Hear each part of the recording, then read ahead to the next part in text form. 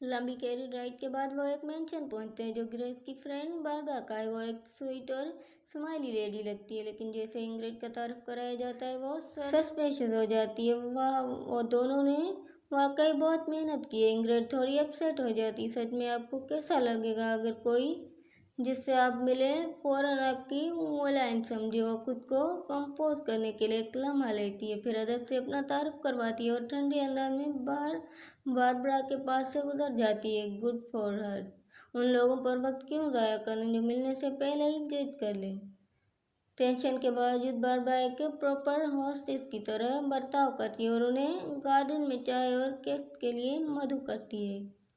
Grace और Barbara बहुत close थे, इसलिए उसे ये बिल्कुल तवक्को नहीं थी कि अपनी फ्रेंड को साथ लाने में कोई इशू होगा। लेकिन ज़्यादा देर नहीं गुजरी कि हॉस्टेस ने ये टॉपिक उठा लिया और मान लिया कि वह इंग्रिड को साथ देकर सरप्राइज हो गई थी। ग्रेस ने पूरी कोशिश की कि एक्वर्ड फिजा को स्मूथ कर दे और ये पॉइंट निकाला कि हाउस रेंडल ने इस साल फेयर में कितना कंट्रीब्यूट किया है। क्या दोनों बेटियों को एक ही रिस्पेक्ट नहीं मिलनी चाहिए?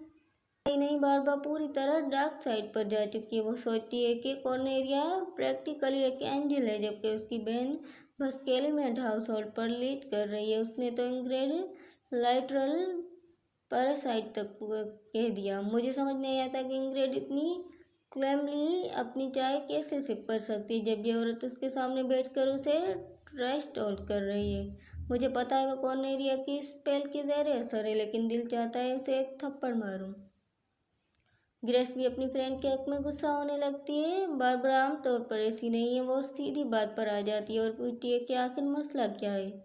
आखिर वो इतनी रूड क्यों हो रही है किसी ऐसे शख्स के साथ जिससे अभी मिली भी है और जिस पर शक करने की कोई वजह भी नहीं। वो बार बार जवाब के लिए दबाव डालती है। तभी इंग्रिड आगे बढ़ती है और बारबरा के सामने एक एक्वामेराइन जेम चमका देती है, तकरीबन उसे अंधा करके। चंद सेकंड के अंदर उसे उसके सारे नेगेटिव फीलिंग इंग्रिड के खिलाफ ख़त्म हो जाती हैं और वो उलझन में पड़ जाती है। इंग्रिड आराम से बैठ जाती है जैसे कुछ हुआ ही ना हो।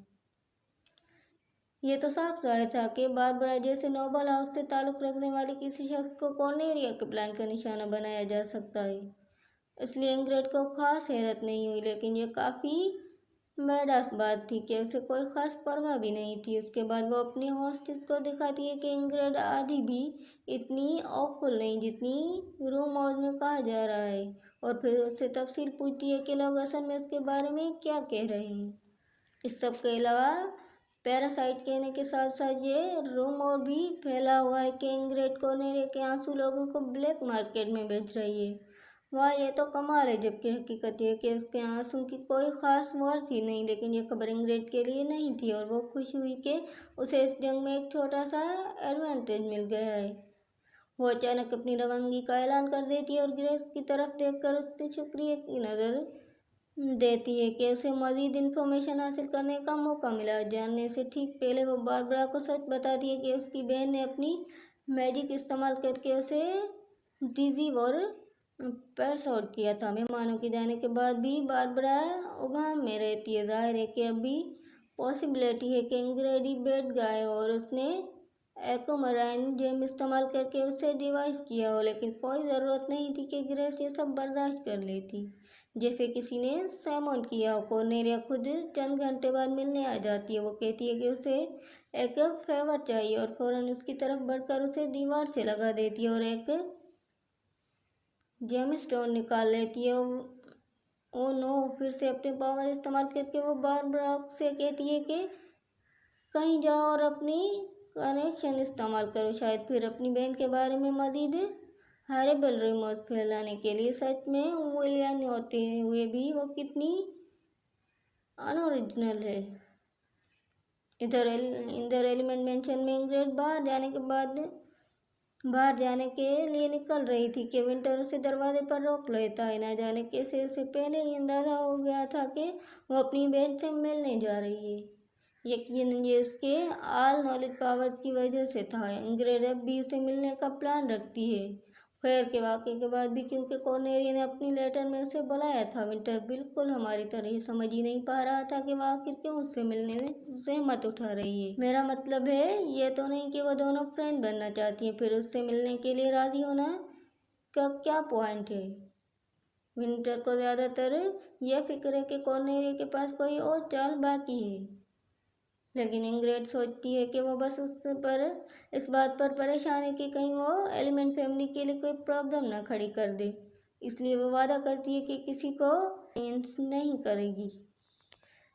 डैम गली के अंदर काफ़ी सेवर अवॉइडेंट अटैचमेंट इशू है, जो विंटर के लिए बिल्कुल अच्छा नहीं, क्योंकि वो तो साफ नज़र आ रहा है कि उनके बीच क्रॉसनेस लाने की कोशिश कर रहा है। कुछ देर बाद उसी कैफे में पहुंचती है जहां कॉर्नेलिया ने उसे इनवाइट किया था। चारों तरफ लोग गॉसिप कर रहे थे और इंग्रिड को घूर रहे थे, लेकिन दोनों बहनें उन्हें इग्नोर करती रही। ये बिल्कुल वाज़ेह था कि कॉर्नेलिया ने ये जगह इसलिए चुनी थी ताकि सब लोग देख सकें कि वो अपनी कोल्ड टोइन बहन के साथ कितना इनोसेंट और स्वीट बन रही है।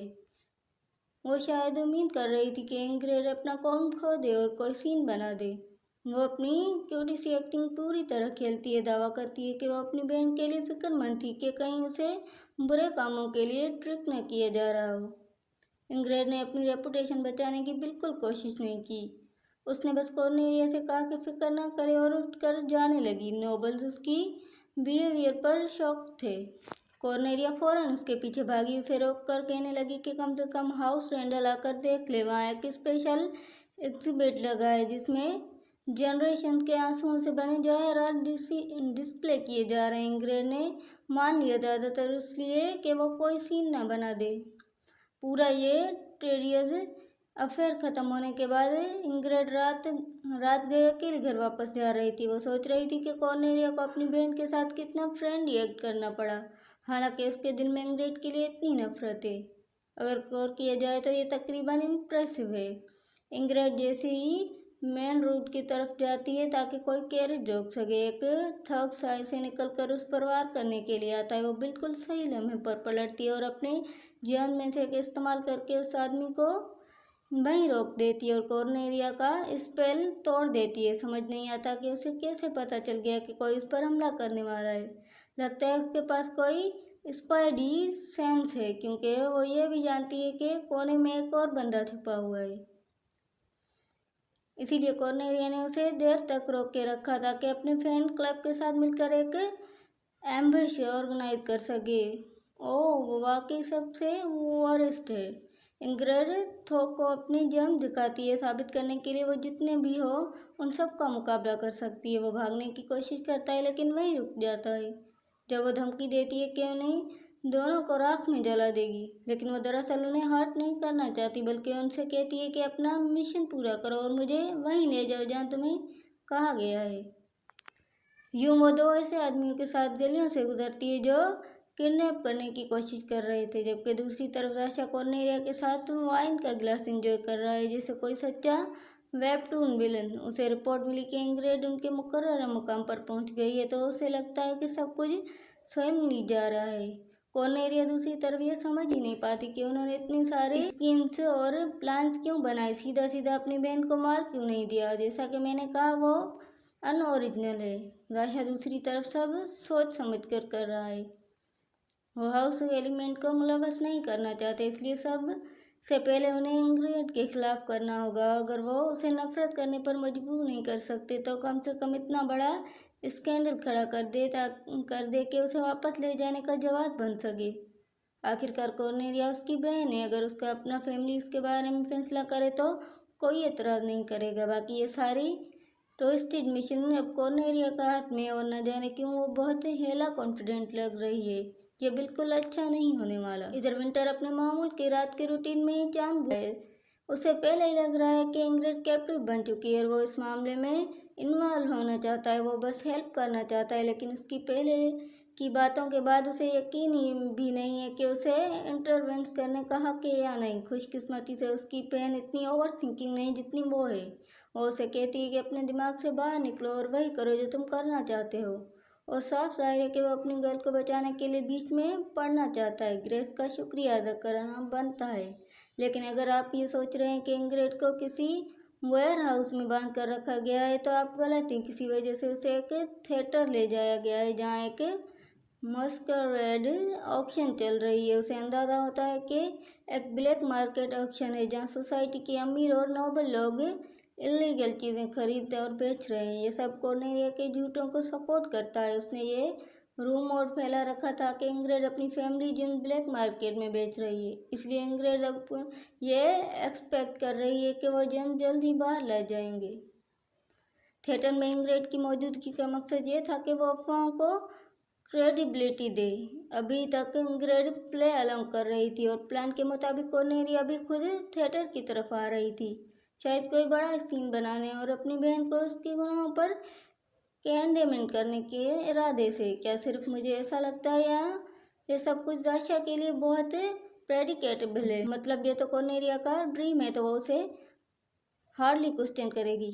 उधर धड़ाम से खोलकर अंदर दाखिल होती है, बहन का नाम पुकारती है और एक्सप्लेनेशन डिमांड करती है, लेकिन उसके सरप्राइज के लिए इंग्रिड अपनी सीट पर नहीं बल्कि स्टेज पर खड़ी है।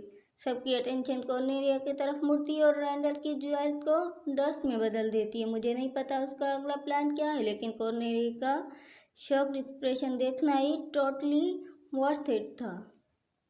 और सिर्फ कॉर्नेलिया नहीं बल्कि एक्टर भी बिल्कुल स्टन रह गया जब इंग्रिड स्टेज पर आकर उसके इवेंट की सबसे वैल्यूएबल आइटम तबाह कर देती है। जैसे कॉर्नेलिया पहुंची, उसका पूरा एक्ट बिखर गया। वो फॉरियस हो गई। उसे कभी एक्सपेक्ट नहीं था कि इंग्रिड के पास अब भी कोई ज्वेल बाकी होगा। फिर भी वो सिचुएशन को सल्वेज करने की कोशिश करती है और शौक को अपने एडवांटेज में बदलने लगती है। हमेशा की तरह इनोसेंट कैरेक्टर प्ले करते हुए वो ऐसे जाहिर करती है जैसे इंग्रिड ने कॉर्नेलिया का अपना ज्वेल चोरी करके यहाँ आकर रैंडल फैमिली का प्रेशर डिस्ट्रॉय किया हो। उसने तो क्रोकोडाइल टीयर्स भी बहा दिए। कोई उसे ऑस्कर दे दे ताकि सबका वक्त बचे। इंग्रिड भी सेम सोचती है। वो स्क्रैस्टिकली उसकी एक्टिंग स्किल्स को कॉम्प्लीमेंट देती है और ये पॉइंट आउट करती है कि अगर वो वाकई ब्लैक मार्केट डीलिंग में इन्वॉल्व होती तो वो ज्वेल को ऐश में ना बदलती। उसके मुताबिक उसे बस ये खबर मिली थी कि रैंडल फैमिली का ट्रेजर ब्लैक मार्केट में बेचा जा रहा है, तो आई ताकि ये गलत हाथों में न जा सके। कॉर्नेलिया फौरन जवाब देती है कि इंग्रिड का कोई बिजनेस नहीं, क्योंकि उसने खुद ही हाउस रैंडल का हिस्सा न रहने का फैसला किया था। और अगर इंग्रिड कहती है कि रूबीज वो यहाँ नहीं लाई, तो फिर वो किस पर इल्ज़ाम लगा रही है? इंग्रिड अपनी सफाई देने वाली थी कि अचानक उसे आयोडीन की विस्परिंग सुनाई देती है। सबको यही लग रहा है कि रैंडल रूबीज को ब्लैक मार्केट एक्शन में लाने वाली कोई और नहीं बल्कि इंग्रिड ही है। और एक बार फिर इंग्रिड पब्लिक आई में और नीचे गिरती जा रही है, जबकि उसकी बहन को इमेज और भी ज़्यादा ब्यूटीफुल बनती जा रही है। सब कुछ इतना सेमलेस है कि यकीन नहीं आता। अचानक इंग्रिड रियलाइज करती है कि तमाम लोग ज़रूर उसकी बहन को कंट्रोल में हैं, मगर उसके पास पहले कभी इतने स्ट्रांग नहीं थे। उसने पूरी वेन्यू को स्पेल बेंड कैसे कर लिया। अपने कॉन्फिडेंस को वापस पाकर कॉर्नेलिया उसे झूठ बोलने पर स्कॉट करती है और इंग्रिड के बारे में आयोडेंस के हर ऑफुल लव को एंजॉय करती है। एक लम्हे के लिए बड़ी बहन वाकई हॉट लगती है, लेकिन सिर्फ एक लम्हे के लिए। अगले ही सेकंड वो अपने ज्वेल को मुट्ठी निकाल कर एक साथ सब इस्तेमाल करती है और नोबल को उनके ट्रेंच में बाहर खींच लाती है। वो सब अपने मास्क उतारने लगते हैं, जैसे उन्हें ये भी याद नहीं कि वो यहाँ आए कैसे थे। कॉर्नेलिया इतनी शॉक थी जितनी वो। अब इंग्रिड उसकी हर बार को वापस फेंक रही है और लग रहा है कि उसका पूरा ग्रैंड स्कीम फाइनली तबाह होने वाला है, जिसका मतलब यह है कि कॉर्नेलिया को अपने तमाम आखिरी हथकंडे इस्तेमाल करने होंगे।